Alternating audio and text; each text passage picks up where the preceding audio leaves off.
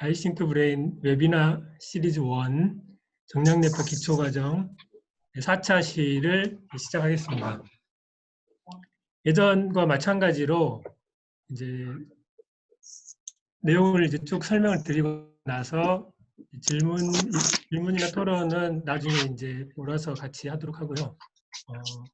마이크를 켜놓으신 분들은 약간 지금은 마이크를 켜놓으시면 다른 사람들한테 다 잡음이 되니까 마이크는 다 오프해 주시면 감사하겠습니다.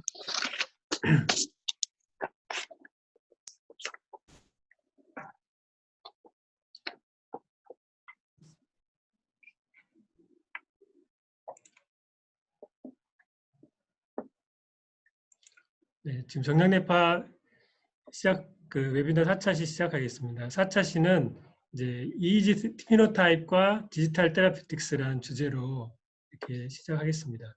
지금 이제 1차시에서는 이제 정량뇌파를 어떻게 측정할 것인지에 대해서 주로 말씀드렸고, 2차시에는 이제 오버어라우절과 언더어라우절이라는 관점에서 어떤 프리퀀시에 대한 개념을 이제 주로 말씀드렸고, 3차시에는 이제 어떤 위치가 문제인지에 대해서 이제 여러 가지 증상별로 매칭을 시켜서 이제 그 소스까지 같이 볼 수 있는 그런 부분에 소개를 드렸었고, 4차시는 이제 이러한 그 로케이션과 프리퀀시 정보를 결합시켜서 어떠한 세라피틱스로 연결될 수 있겠는가, 그런 부분에 대해서 이제 정리해서 말씀드리겠습니다. 그래서 이제 QEEG가 이제 여러 가지 이제 패턴이 있습니다. 그래서 그 QEEG 여러 가지 패턴을 이제 피노타입이라고 여기서 이야기를 했고요. 그 패턴에 따라서 이제 파마코 EEG 어떤 약물을 쓸 것인가 결정할 수도 있고, 그 패턴에 따라서 어떤 이제 뉴로 바이오 피드백을 할 수 있을 것인가 이런 걸 결정할 수 있고, 또 그 패턴에 따라서 어떤 뉴로 모듈레이션 할 것인가를 결정을 할 수가 있습니다. 그래서 이제 이 세 가지 토픽에 대해서 이야기를 드리겠습니다. 이제 먼저 그 2차시에 소개해드렸던 이제 오버어라우절과 언더어라우절과 오버어라우절이라는 개념이 있습니다. 그래서 정상적인 뇌파는 어떤 위치에서나 이런 식으로 폐안 안정 시에는 알파 피크가 포스테리어를 중심으로 알파 피크가 나오고, 이제 이런 알파 피크가 이제 전두엽이나 템포럴에서는 굉장히 약화되어 있는 것이고, 이제 그 언더어라우절이 되게 되면은 이 알파 피크 자체가 이제 상당히 낮아지거나 또 슬로우 웨이브에서의 다른 세타나 델타 대역의 피크가 생기는 이런 식의, 또 혹은 세타나 델타 대역의 익세스가 생기는 거를 이제 언더어라우절이라고 하고, 오버어라우절은 이제 알파 피크가 굉장히 빨라진다거나 베타 대역 이상에서 피크가 나오거나 이제 익세스가 생기면 이제 오버어라우절이라고 할 수 있습니다. 그래서 이 언더어라우절과 오버어라우절의 이제 두 가지 큰 축으로 이렇게 볼 수가 있고요. 브레인은 이제 전두엽과 측두엽은 이제 기본적으로 뇌파가 상당히 빠른 영역이기 때문에 이쪽에서 알파가 많이 늘어나는 것도 이제 언더어라우절로 볼 수가 있겠습니다. 그래서 이제 지금 이러한 이제 오버어라우절과 언더어라우절 이런 패턴들을 가지고 이제 어떤 이제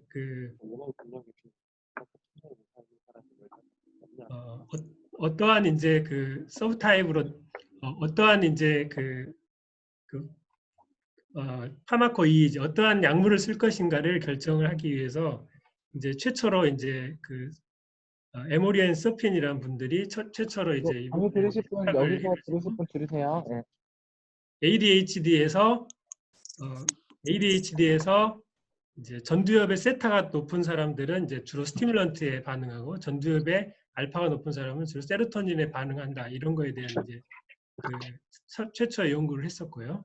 그리고 이것이 이제 계속 발전돼 가지고 지금 QEEG가 이제 결국은 2005년도에 이제 나온 것인데요. QEEG가 결국 한 11가지 정도의 피노타입으로 나눠진다. 그래서 이제 한 가지씩 이제 좀 살펴보면, 우리가 QEEG가 복잡한 것 같지만 결국은 이제 11가지 정도의 피노타입 중에 하나에 다 들어간다, 이런 이제 정리된 내용이 이제 클리니컬 뉴로사이언스에 이제 나왔었고요.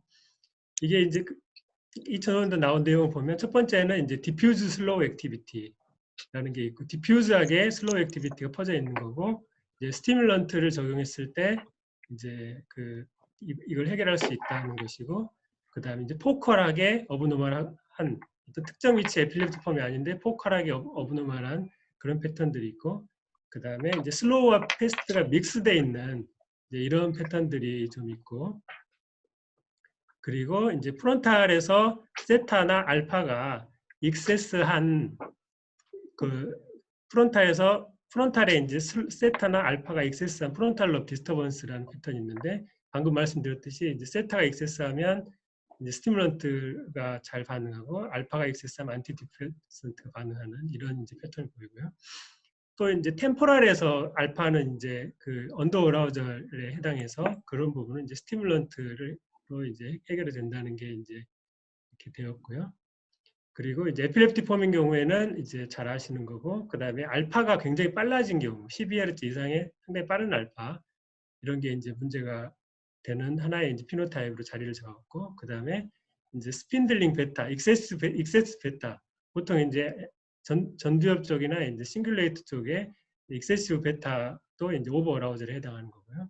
전반적으로 이제 브레인이 이제 메타볼리즘이 떨어졌을 때 볼티지 자체가 굉장히 낮아지는 이제 이런 이제 제너럴리 로우 마그니튜드 이런 피노타입이 있고 마지막으로는 이제 아이 클로즈에서 아이 오픈으로 바뀌었을 때 이제 알파가 이제 셧다운이 돼야 되는데 셧다운이 안 되는 어라우절 시스템 자체의 문제 이렇게 해서 이제 QEEG는 결국은 아무리 복잡한 것 같지만 정상인의 기준과 비교해 봤을 때 이 11가지 정도 패턴이 나눠진다 이런 식의 이제 큰 피노타입과 그거에 대한 이제 그 파마코이즈를 어떤 식으로 진행할 것인지에 대해서 이제 이렇게 어떤 정리된 견해가 제안이 된 바가 있고요.